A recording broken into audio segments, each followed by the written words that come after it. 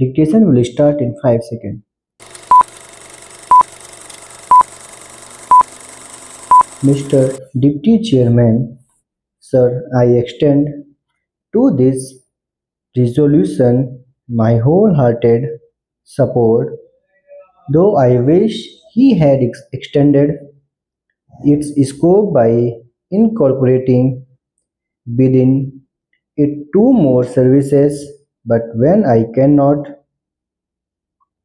deal with that subject now, you have assured me that the matter you will be taken up on a subsequent occasion. I do not know when that subsequent occasion is likely to occur. Sir, I am grateful to the Home Minister for some kind words he has said about me in regard to my interest in this subject. No doubt for long I have been urging the necessity of creating more All India services. During the last 5 years or so, ever since the recommendation on the subject was made by the State Reorganization Commission, and during the last 1 year and a half, near about that time, I have been tabling resolutions on the subject twice or thrice, but they could not come up. Of course, as they say, there are higher forces that govern the destiny of things, and so far as Parliament is concerned, it is the government and the undisputed sway of the chair that governed the destiny of resolutions. Obviously, it was so ordained that this resolution should come up only now, and that too as a government sponsored resolutions, even as it is. I welcome it most heartily and feel enthusiastic and even jubilant about it. Sir, I sincerely congratulate the Honorable the Home Minister for the tact, the firmness, the strength, and the determination which he has shown in overcoming all the obstacles and difficulties which I am sure were there is his way, the opposition and unwillingness of the states were there initially. I know, and I also know, sir, that about year ago when I tabled a question on the subject, the then Home Minister told us that the government would be only to be glad to have more All India service. But then the handicap in their way was that the states were not agreeable to it subsequent to that, sir. About the middle of this year, I wrote to all the chief ministers requesting them to let me know their views on this subject.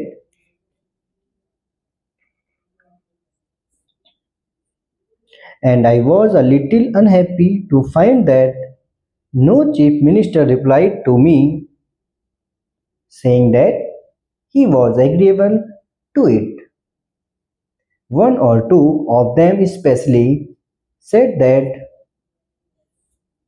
they were against it. So all these difficulties were there in the way of the Home Minister, but I found that by his sweet persuasion he has been able to win over all the chief ministers who in the conference immediately preceding the last one agreed to it in principle and in the subsequent conference they agreed to it appears obviously in toto and hence we have before us this resolution supported by the chief ministers of all the states. Sir, for that I want to congratulate most sincerely and heartily the Honorable the Home Minister.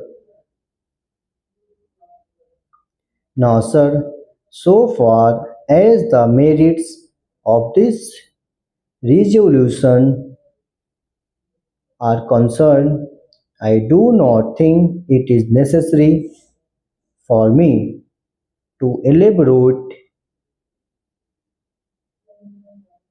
it on the because during the last 4 years or so ever since the publication of the report of the State Reorganization Commission, many eminent men all over the country, eminent administrators and persons who had experience of administration, including the retired comptroller and auditor general, were of the opinion that more All India services should be created on our Honorable Prime Minister as also our Vice President have on more than one occasion expressed themselves definitely in favor of having more All India services last year. Sir, about the month of October, when addressing the Indian Police Services officers when they were going out after having and had their training for a year, he expressly said that if national integration was to be maintained, it was necessary to have more All India services. That being so, I think there is not much need for us to emphasize the necessity and the utility for having more All India services. Sir, in the interest of efficiency and also in the interest of integrity, it is absolutely necessary that we should have these three All India services as also some others. The major problem these days before us is that successful implementation of the development program has to be carried through.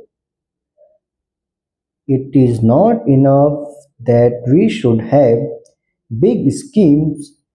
It is not enough that we should allocate large sums for the implementation of those schemes, but it is necessary that we should have competent personnel to effectively implement our schemes so that in a short time we may be able to carry forward our country to economic prosperity all round. In the past, during the pre independence period, we had quite a number of all India services. But then, when we forward framed our constitution, we dispensed with the other retaining only two. It appears to me that necessity has now arisen for reorganization of the All India services and to have more All India services. Thank you.